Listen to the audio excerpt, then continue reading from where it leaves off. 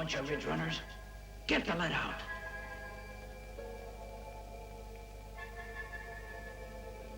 Buona fortuna, amici. Good luck. Sesi, lass sie noch ein bisschen ankommen. In the closing months of 1944, forward units of the American Fifth Army were faced with the task of breaking through these ridges of the German Gothic defense line.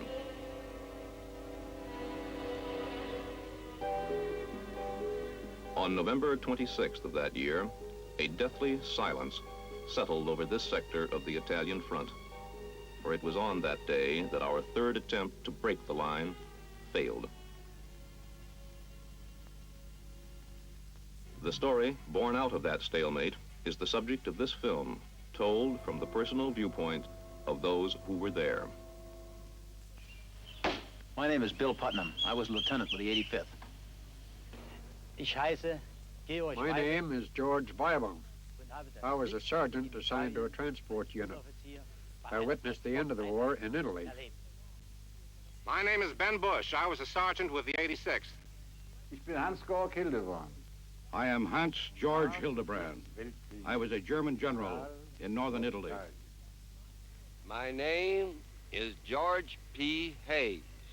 I was the commanding general of the 10th Mountain Division.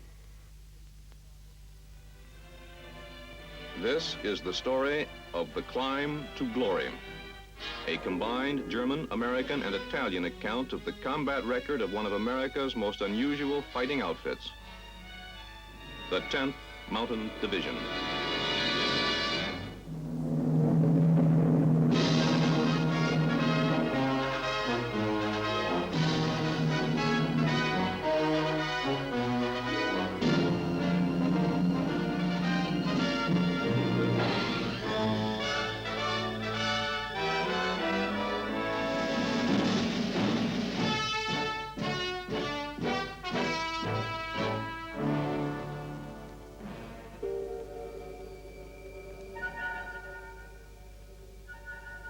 I was certain that words would never be capable of describing what happened here. But time has a way of helping a man put a lot of jagged memories back together again. We were not the first division to come to Italy, nor did we, as one reporter put it, win the war single-handed. I have no doubt that our final story would have been a lot different had it not been for so many other people who had come here before us.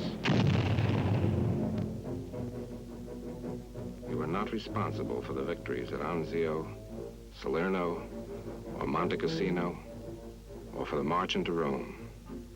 We were still in the States in those days. I believe it was Ernie Pyle who called it the Forgotten Front.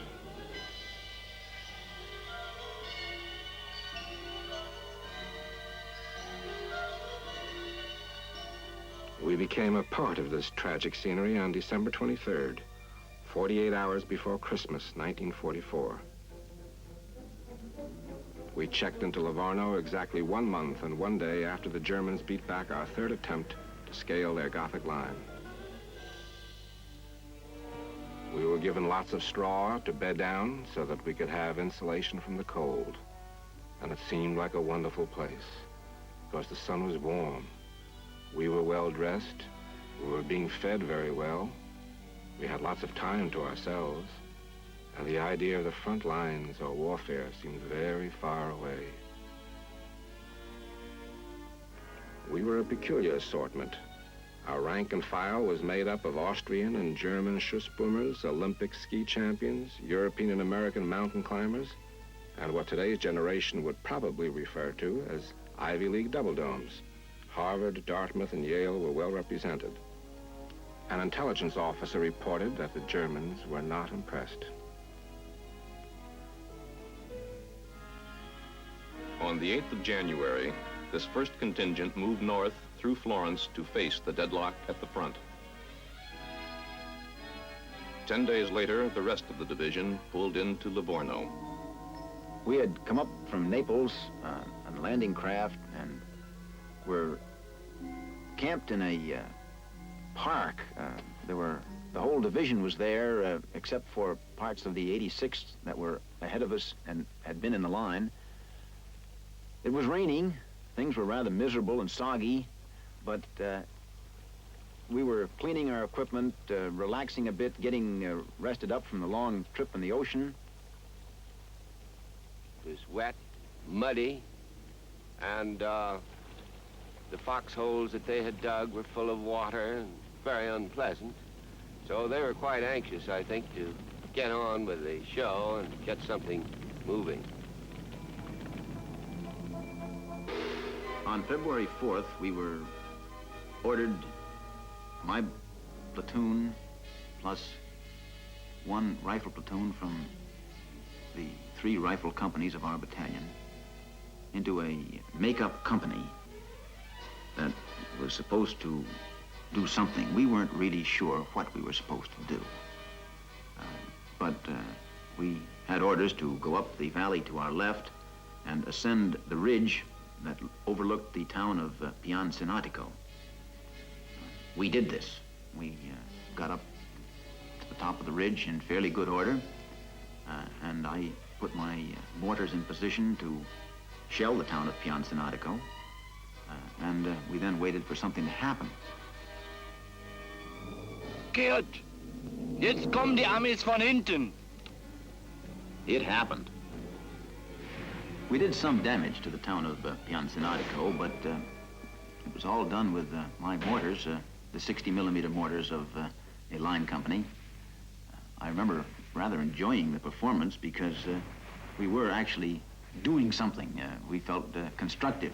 I'm sure the Germans had a different attitude, but we could see some Germans in the town, and I did my own observing, calling the shots to create maximum damage. You can't really do a great deal of damage against buildings with 60-millimeter mortars, but I tried. And I remember seeing, praying, just hoping I could drop one round down the chimney of the building that I was sure was their headquarters. And we knocked an awful lot of tiles off the roof first, but I finally got one round right smack down that chimney. I felt so good to see the flames and smoke shoot out the windows and the door. It was a glorious feeling. I guess it was really the only satisfying event of the whole day for any of us on that raid. For it was then that someone turned the tables on us. First I thought it was maybe our own artillery, but it was our friends down below lobbing shells all over the stupid ridge. For some of us, it was our first experience under fire. It wasn't very pleasant. Then a funny thing happened. We couldn't get enough of us to move out of the way. I kept wondering why the officer in charge didn't move, but no one budged. But the moment I got hit, everybody cleared out. Why, leading the parade down was the guy in charge of the foolish raid, and I never saw anybody move so fast in all my life as he did getting out of there after the hours that I'd spent urging him to do something.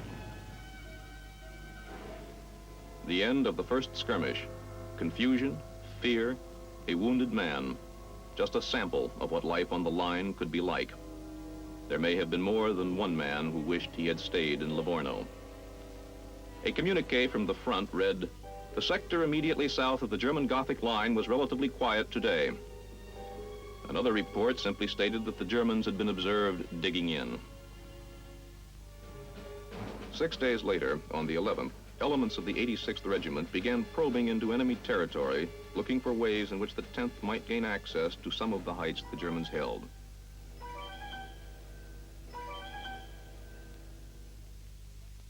No one made much noise about those patrols.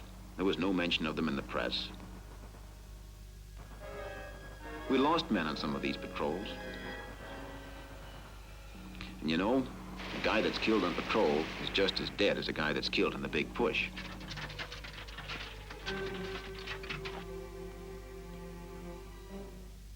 Within 3 weeks of their arrival in Livorno, all remaining elements of the 10th that had been limbering up in rear areas began moving up to their pre-assault positions in and around the town of Vidiciatico. They passed men who had already been at the front. We naturally spoke to them, eager to find out what battle was like, what combat was like, what bullets were like. And I remember how they told us about the horror that they had experienced, how death actually came to many of their comrades, how they narrowly escaped death, how they were wounded and they would never go back under any circumstances. Here was the situation at the front as General Hayes saw it from his command post. On my left is Riva Ridge, and on my right is Mount Belvedere. And on the right of Mount Belvedere is Mount Gorgolesco. Between Belvedere and Riva Ridge, that small humpback ridge was also held by the Germans. As you can see, the Germans had observation on all of our front, and it was essential to capture Riva Ridge to prevent them from looking down on our flank and rear when we attacked Mount Belvedere. The thing that disturbed me most in preparing for the attack was assembling the division in this sort of a punch bowl surrounded by the mountains that the Germans held. They had observation on the whole area that the division would have to come into to prepare for the attack. Now, I felt quite sure if the Germans found out that the whole division was assembling in that area, that they would reinforce their troops and make it much more difficult. So the problem, first problem that I faced was try to slip the division in at night.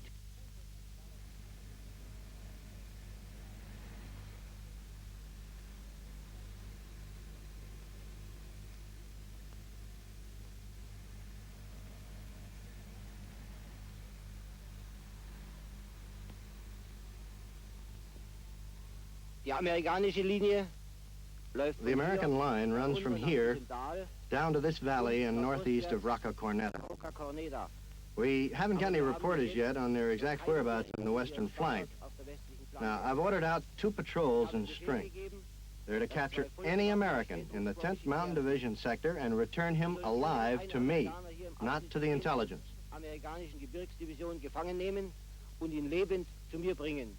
Who's in charge? Captain Kroner. He's a mountain man himself.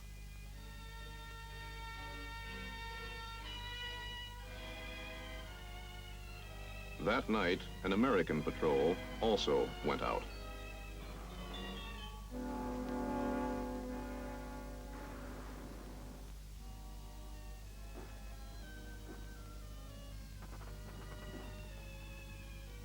Hans!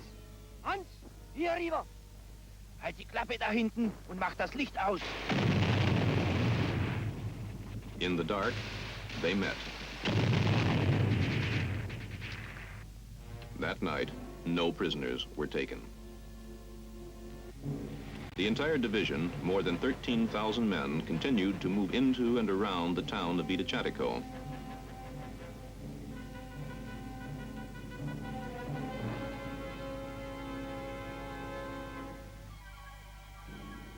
After patrolling for a period of a week, we finally found 4 little paths that we could climb. We thought we could climb up the mountain. Now, they'd had to go up single file.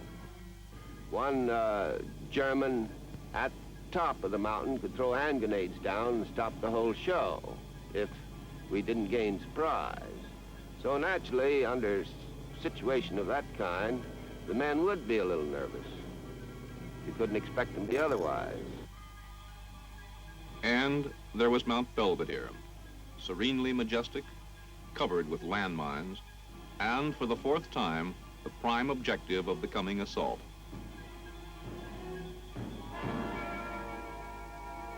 The first impression of Mount Belvedere from in front of Vitacatico was that it was so far, far away and awfully high up. It seemed impossible that we'd ever be able to make that distance and ever be able to capture that mountain. On the 14th of February, General Hayes told his commander, Major General Willis D. Crittenberger, that he was ready to breach the German line and to spearhead the Fifth Army's advance into the Po Valley that lay to the north. He was given the green light. On the 15th of February, General Hayes dictated this order. The 10th Mountain Division will attack on D-Day to seize, occupy, organize, and defend the Mount Belvedere, Mount Della, Torresia Ridge, and prepare for action to the northeast. D-Day and H hour to be announced. The Germans were well aware that something was up, but according to their records, there wasn't much they could do about countering our intentions. General Hildebrand was asked about the obvious absence of German aircraft. Sie fragen mich nach der mangelnden Unterstützung. You ask about the lack of support by our Air Force? Gentlemen, I can only reply that there were days, well, weeks, when I did not see a single German plane. There were many planes up there, but they were yours, gentlemen, not ours. It was extremely frustrating when a British or an American fighter plane made observations of our positions, and I had no way of going after it.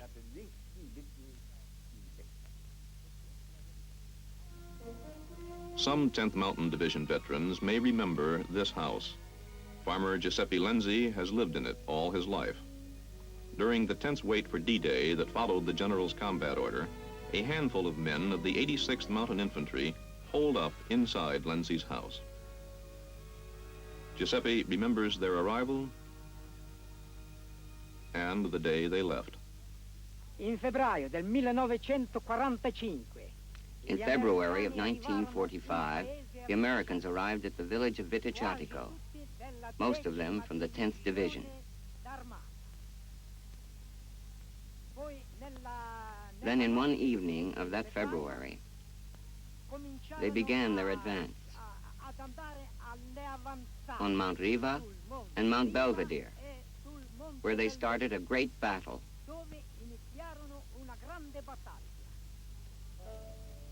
As Giuseppe and other farmers watched the troops move out, another man helped guide one of our first probes up the sheer cliffs of Riva Ridge. His name, Gino Lanzi. On the evening of February 19th, 1945, the 10th American Division began the seizure, the occupation of Mount Capalbuso. Slowly, quietly, to surprise the Germans who were sleeping.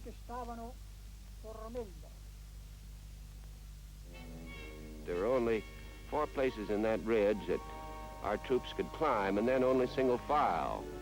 And it was absolutely essential that they get on top of that ridge before the enemy was alerted.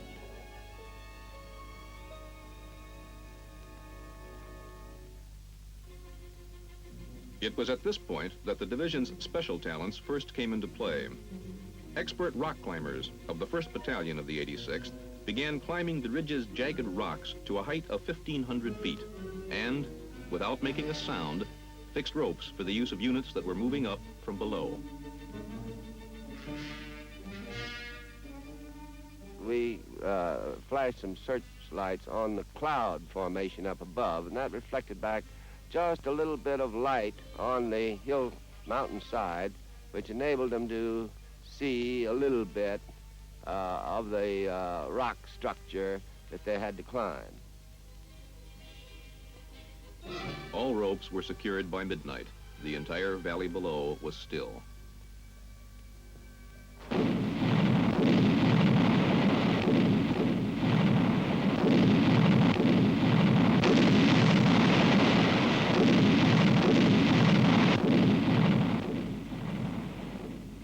Helmut, pass auf von links!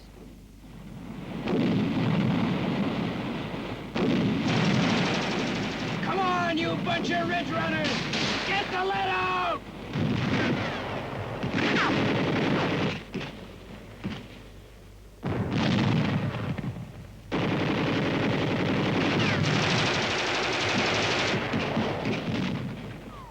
After 2 hours of combat, there was still no word from the men on top of the ridge. It was reported, however, that the first of several wounded were on their way down. To General Hayes, there were two questions.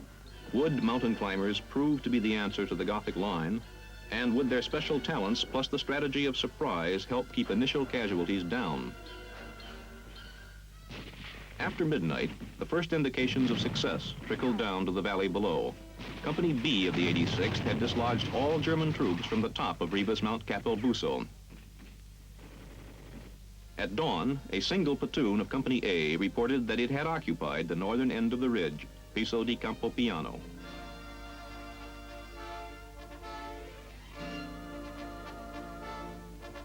Das ist Campopiano. Bis morgen früh haben wir die Bande runtergeschmissen. Gehen wir.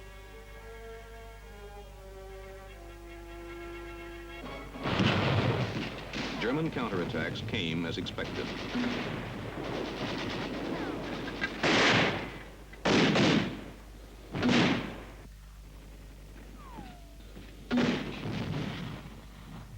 They were vicious, but were doomed to failure when a young lieutenant in charge of the lonely platoon checked the German thrust by calling for dangerously close artillery support.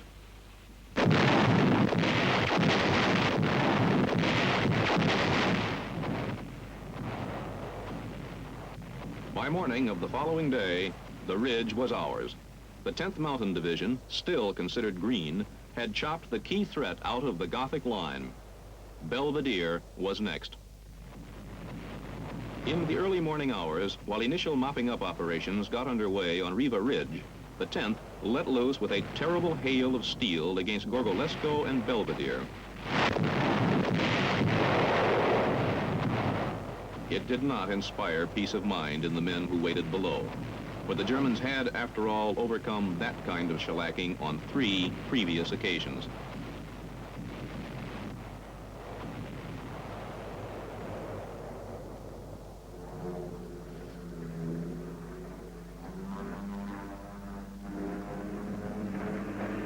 Feindliche Kampfflugzeuge vom Westen im Anflug! Ganz tief!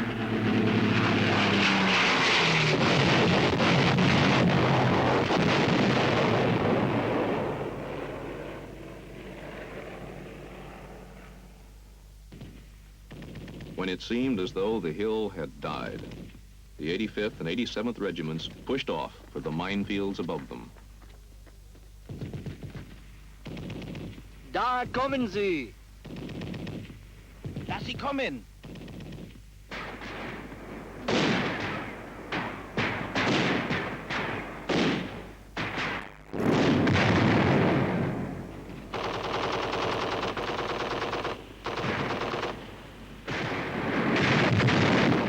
We knew the Germans had 2 weapons. They had an 88 and they had the burp gun. Of course, they had a Luger, but that was the kind of thing you got as a souvenir. The burp gun was something you were afraid of. The 88 was something you should be definitely concerned with. On the morning of the 20th, one whole battalion of the 85th reached the top of Mount Belvedere. But the trick, as they soon discovered, was not just to reach it, but to hold it. As the 87th swung to the northeast to firm up the Belvedere line, evidence of the cost of that action began to show.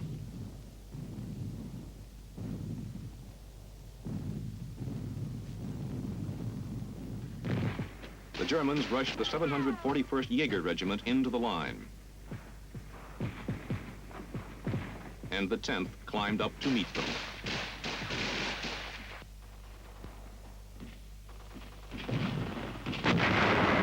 They wept as they crawled, and they screamed, and the Germans who saw them thought they were crazy.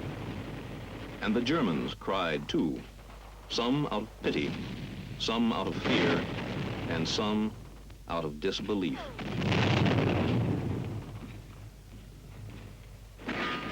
By the 22nd, it became obvious to both American and German commanders that the 10th was no ordinary combat outfit, for by that day it had become clear that it would succeed in holding the objectives assigned to it. News of this relentlessly aggressive outfit spread deep into the German lines. Prisoners revealed that their commanders had called it the Elite Mountain Division. German Sergeant Gerd Weibel was in that combat zone. Ich erinnere mich noch genau, als ich südlich von Bologna. I remember distinctly when I took over a transport unit south of Bologna. I learned that the American Mountain Division pressed upon us. It came as a shock to all of us because we knew very well that this would spell our collapse. On February 24th, Riva was secure. Belvedere was secure. And all initial objectives to the northwest were also secure. Peace returned to Viticatico. Just an occasional shot could be heard. In a letter of commendation to the division, General Mark W. Clark, commander of the 15th Army Group, said, "My congratulations to the officers and men of the 10th Mountain Division. You men have done a damn fine job." General Hildebrand says, I respect this unit, for I fought against it. Your men fought back very well, and you did not make it easy for us. But I believe our men did not make it easy for the 10th Mountain Division either. A soldier's fate, a soldier's duty. Next week, part 2 of The Climb to Glory.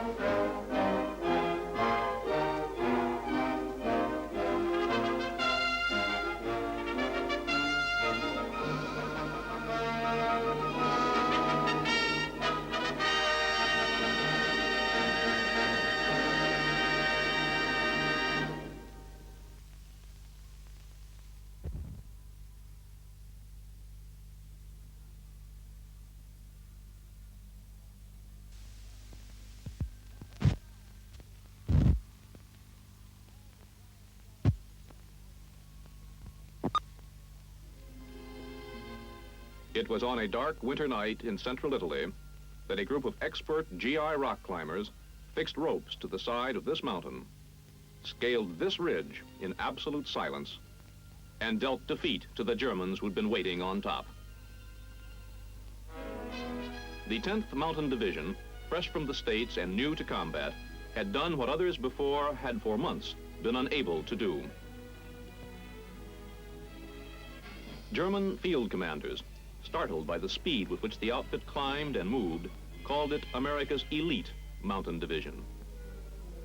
American commanders noted the compliment and then chose the 10th to spearhead the final push through the German lines. The story of that last assault in Italy is the subject of this film. It will be told by Italian citizens Angelo Maldini, Maria Morotti, and through the personal views and recollections of those who served at the front. My name is Bill Putnam. I was a lieutenant with the 85th. My name is Franz Huber. I was a German soldier with a heavy artillery unit in Italy. My name is Ben Bush. I was a sergeant with the 86th. My name is Horst Kugelmeyer. During the Second World War, I was a corporal with the Mountain Division in Italy. My name is William J. Moran. I was the division chaplain. I am Hans George Hildebrand. I was a German general in northern Italy at the end of the war. My name is George P. Hayes. I was the commanding general of the 10th Mountain Division. This is part 2 of The Climb to Glory, a combined German, American, and Italian account of the combat record of one of America's most unusual fighting outfits, the Army's 10th Mountain Division.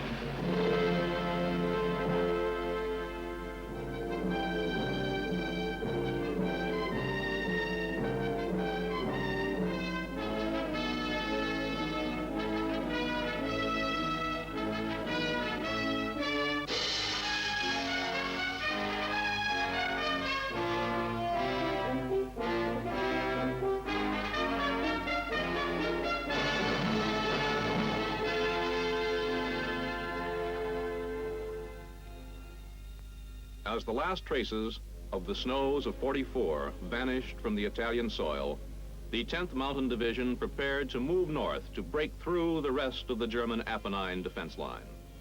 One of its immediate objectives was the once quiet town of Casteldaiano. Innkeeper Angelo Maldini lives there today. The story of the 10th American Mountain Division in Casteldaiano, it began on March 3rd, 1945. There are many people at Casteldaiano who remember that day. The American 10th Mountain Division could be seen coming through the valley. They had two objectives. Looking south on the right, the town of Casteldaiano, and on the left, Monte della Spain. The Germans were well entrenched. They were ready for them.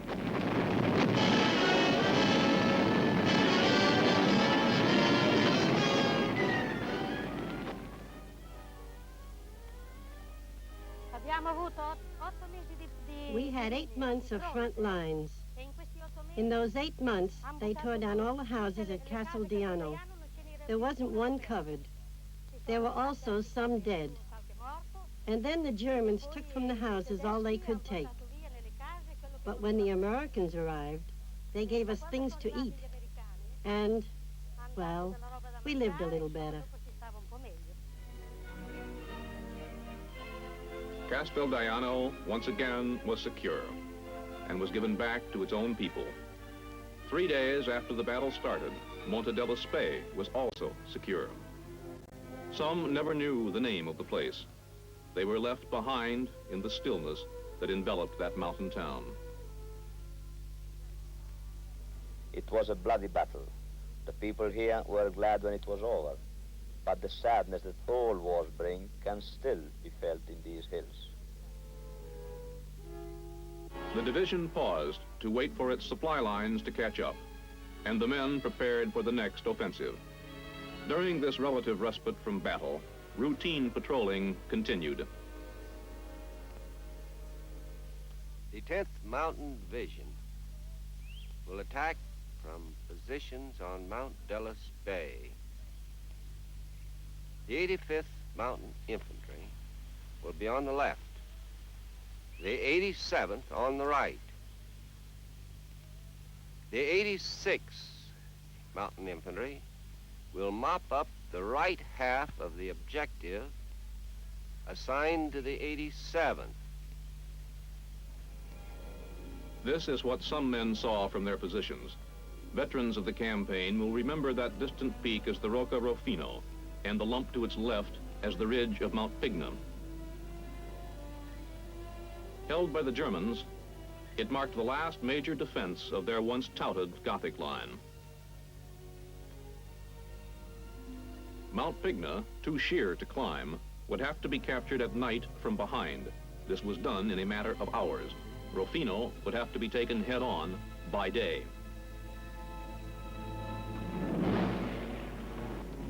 Rocca Rufino's attack began very early in the morning at dawn. And we were starting from a high ridge, looking down a valley.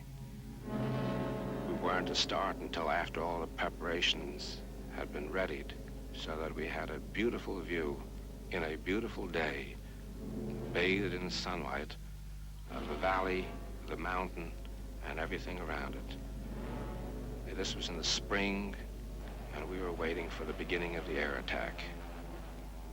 Before long, the planes came overhead, and it was a pleasure to see them diving down toward the mountain.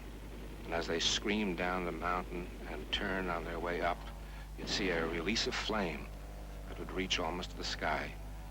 A napalm bomb released. The fire lasts a long time because of the jelly that spreads along the mountains. And the rate of burning seemed to be terrific. Everything seemed to be in flame. And as plane after plane peeled down, let go its bomb, and more flame reached up in the sky, it seemed as if nothing that was alive could ever survive that fire. And when everything had been finished and everything had been done, and there seemed nothing more for us to do than just walk over. Just walk over leisurely and take the ground, and it was ours. Then everything came right back at us. Everything and more.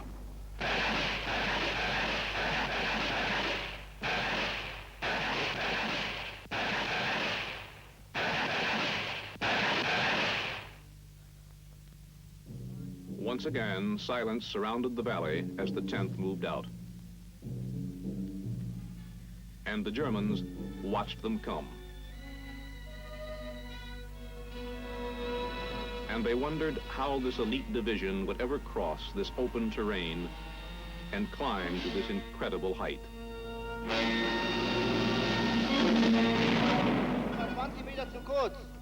20 Meter zu kurz, Herr Hauptmann. Zu weit.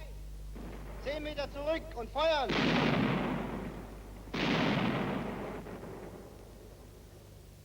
Und noch 5 zurück. Und nochmal. Und nochmal.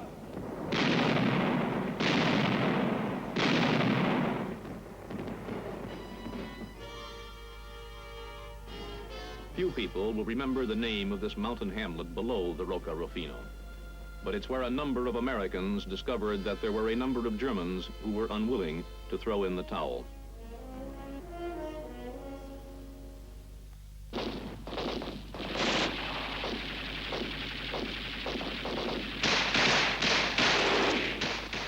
Further resistance ended when General Hayes sent a fresh battalion in from behind and surrounded the town. The 10th now fixed eyes on the ridges above and moved in to tackle the Rocca Rufino. Wir müssen Granatwerfer anfordern. Mensch, die kommen unter unserer Feuerlinie durch. Ich kann nicht anrufen. Unsere Leitungen sind alle abgeschnitten.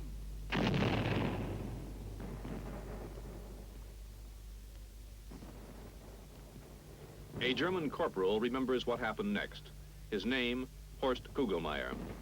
Unten im Tal sperrte uns ein heftiges Artilleriefeuer den Rückzug ab. Down in the valley, there was heavy artillery fire, which made it impossible for us to retreat. And in front of us, there were the Americans. We gave in to what was inevitable, threw our weapons away, walked toward the Americans, raised our hands, and did exactly as the pamphlets had told us to do, to surrender. We expected hostile reactions, but, well, one becomes a prisoner of war only once in life. The Americans searched us for weapons, ordered us to sit down, and suddenly, it was rather funny at the moment, there came an American sergeant, and he asked in German where we came from. We said, we are from Munich, and he remarked that he knew Straubing.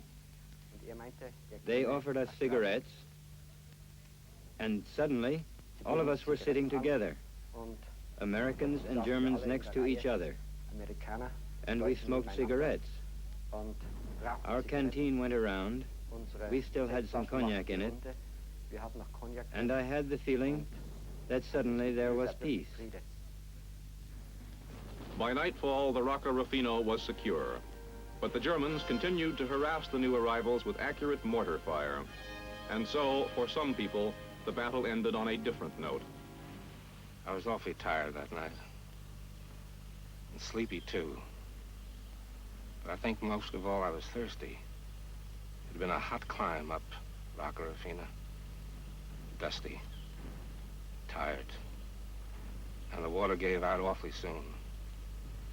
But here it was past midnight, and I was on my way down to pick up replacements. No water in the canteen, nothing to drink. And even though the evening was cool, my throat was parched and thirsty. My legs were giving out. I stumbled the way down. How I ever got there, I'll never know. And the backlight, that eerie light, orange flames licking out of the treetops, out of the little houses. Red flames, too. The whole forest, the whole mountain was dying with that wonderful, eerie light. And I was just making my way down, hoping I'd find them, hoping I'd find my way back, without any mines, without any shells, without anybody being hit. Every now and then a gun would go off. Not often. I guess the Germans were tired, too. But they would go off once in a while. Not enough to scare me. And then when I found them, and we started the way back, I was even more tired then. More tired. I stumbled forward, up to find my place where we were before. And suddenly, there was nothing. A huge light. A red light. I was enveloped in the light, and I was floating. I was floating on my back, and I was saying to myself, so this is what it's like to be dead. So this is what it's like to be dead. So this is what it's like to be dead. It wasn't bad. Didn't feel a thing. Just floating in the air. Suddenly I landed. I could only tell I landed because it started hurting. I must have landed. I began to hurt all over. And then the mortar fire began. And the men came running over, leaning over me, hiding me, acting like an umbrella to save me, putting a blanket around me. Even then I began to think, boy, first aid for shock. I didn't care. Just too tired to move. I didn't care what happened. The division took a great many casualties in breaking through and securing the heights which you see in front of you. The 10th Mountain Division had finally cleared the last obstacle in its drive to capture the Po Valley below. The Germans, tossed off the Apennines for good, began rolling north in the hope of slowing the Allied advance at 2 river crossings.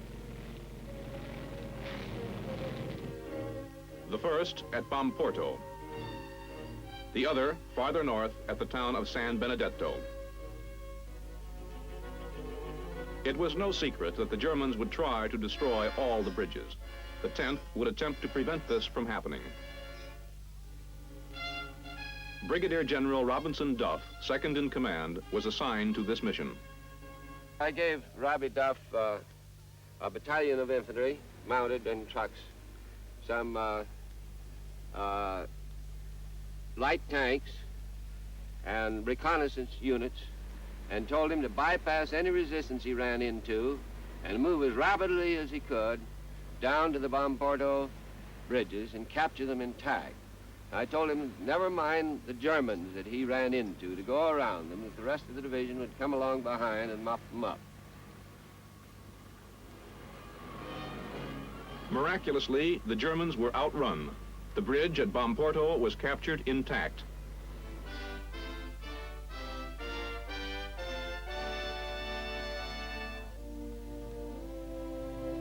The rest of the division, racing up from behind, overran so many Germans that for a moment it looked as though the advance might be stopped by the simple burden of figuring out what to do with so many prisoners. General Hayes solved the problem by stationing MPs 10 miles apart. The MPs then waved these war-weary men into hastily erected enclosures. Chaplain Moran, in convoy up at the front, remembers taking part in these proceedings.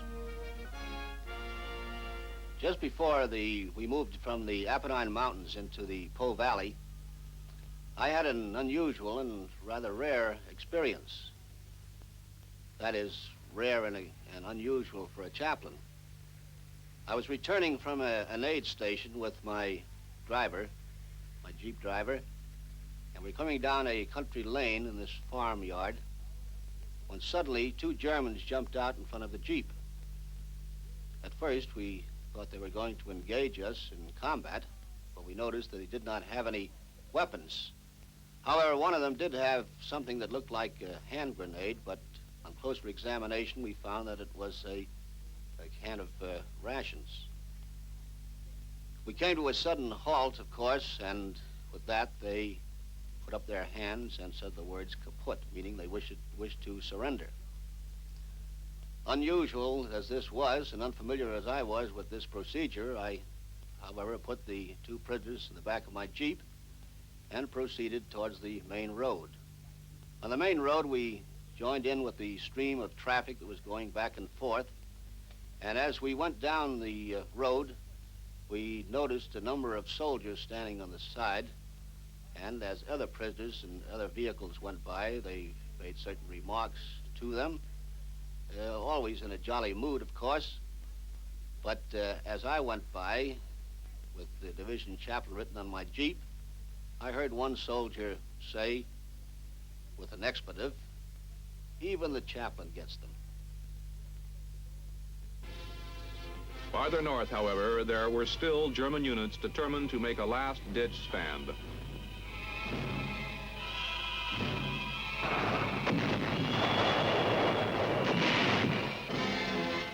General Hayes remembers that it was in this action that he lost his second in command. It was then about 9 o'clock at night.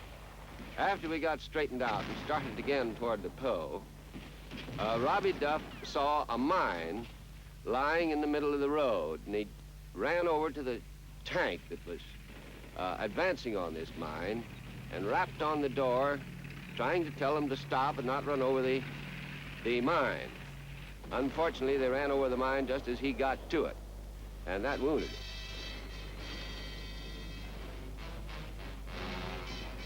Just a few miles away, the Germans were making a desperate attempt to get to the other side of the Po. Their retreat was costly.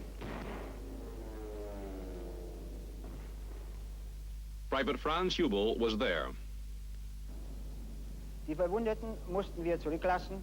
We had to leave the wounded behind, and only those who found some means or material could save their lives. We crossed the Po on trees, trunks, on telephone poles, car tires, and whatever else we had at our disposal. The physical and mental efficiency of the German soldiers at that time was at its lowest point, and everyone hoped that the war would soon be over. Hatte die Hoffnung, dass der Krieg bald zu Ende gehen wird. General Hildebrand remembers it this way. Es fehlt an allem. Ammunition. There was a shortage of everything, of ammunition, of gasoline, of reinforcements, of tanks, and above all, aircraft.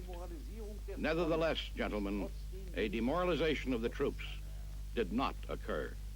Our men at the front did their duty to the bitter end. That night, the 10th arrived at the Po.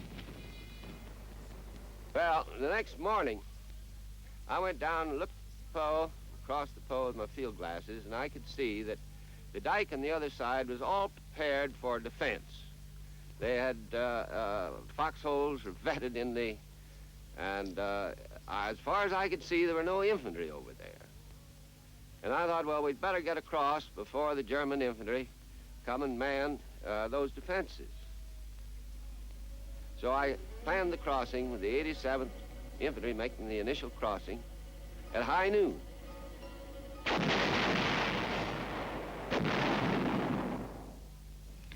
It was warm and sunny, I believe, although we didn't much care about the scenery or the type of day. We had to cross up over the dike, and things were rather uncomfortable because the Germans had some anti-aircraft batteries on the north side of the river, a few miles upstream, and they were shelling us all the way across with time bursts which exploded right over us as we were in the field next to the river and as we were crossing. Once we got across the river, we could spread out and escape from this murderous type of artillery. So we did. At the same time, Bill Putnam remembers taking note of a sad realization. It was the day we crossed the Po River. Ahead of me in the crossing had been Company L of the 87th. I spent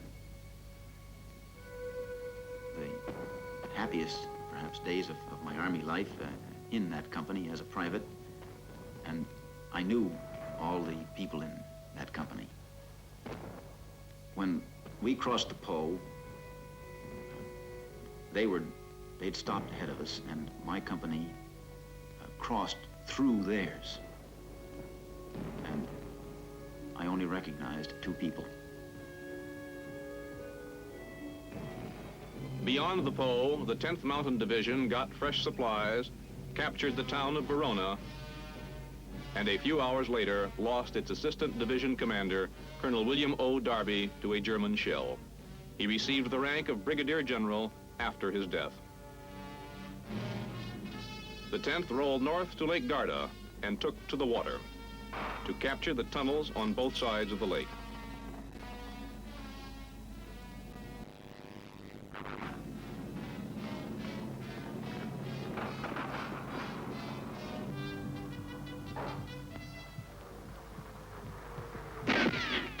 And it left friends behind as the fading war claimed its very last victims. It fought for the town of Torboli and silenced resistance on the northern shore. It battered the Germans out of their last mountain stronghold. It cleared the Adige line and then held the Germans at bay. Mein lieber Sohn, es sieht so aus, my dear son, als ob es nicht mehr lange dauern würde, it appears that it won't last much longer in these murderous hills. Don't be sorry when I say we have lost, for that is the bitter fact. We no longer have any hope of stopping this incredible turn of events. I write this to you certain that no censor would be so foolish as to disagree with these words at this late hour. We will surrender when we can. We have been left no other course. No ridge, no peak, no height seems safe enough. We have been followed into the very heavens. We took the town of Riva. The war was over.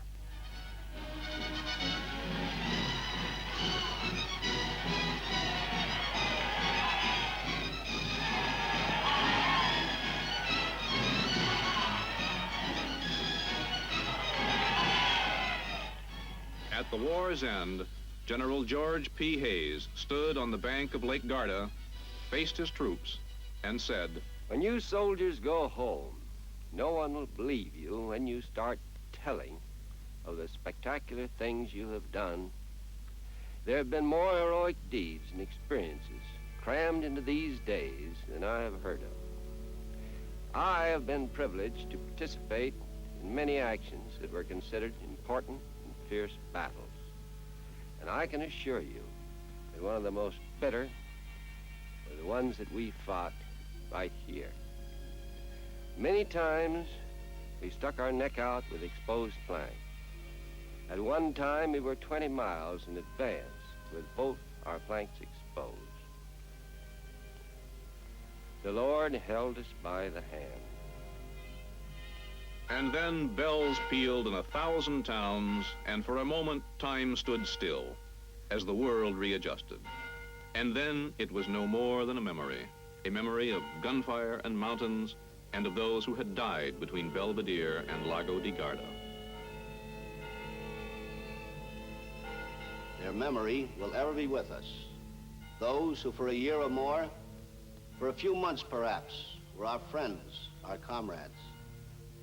And we feel that we have thy divine approval when we say that we are proud to be with them, members of the same unit, the same army, the same commonwealth. And as we stand this day in the final moments of remembrance, under the same sun and same sky under which our comrades worked and prayed and fought and played so well, we pray to thee, our sovereign God, that under the same sun and sky they may find repose, rest everlasting, and life eternal, a soldier's Valhalla, their reward. May they rest in peace.